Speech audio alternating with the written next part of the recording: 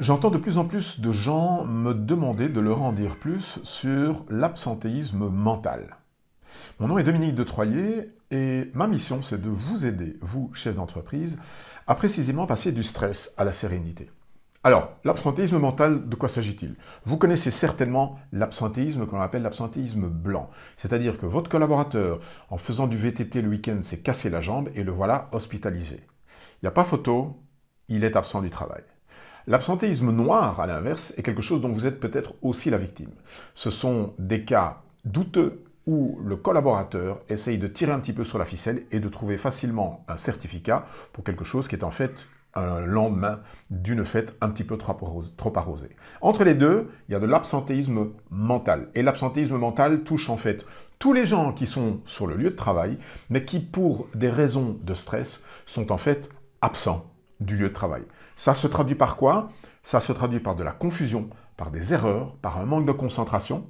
Sur un autre plan, ça se traduit par de l'irritabilité, des relations sociales un petit peu tendues. Et puis aussi, ça se traduit par de la négativité sur le lieu de travail, des cancans, des bruits de couloir.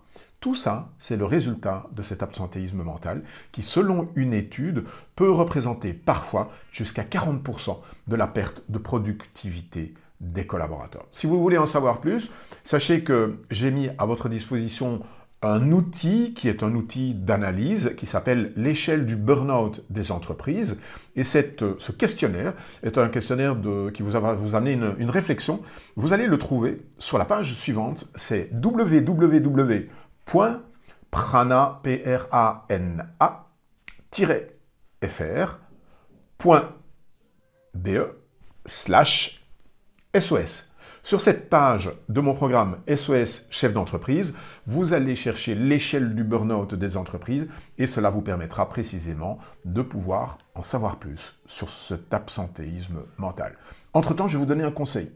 Si à partir de maintenant, vous entendez dans le réfectoire, dans les couloirs, dans les ascenseurs de votre entreprise, des bruits de couloir, des cancans, sachez que derrière, il y a quelque chose à faire pour éliminer ça de votre entreprise, parce que si vous diminuez votre stress, vous allez diminuer les cancans, les ruminations et les bruits de couloir aussi.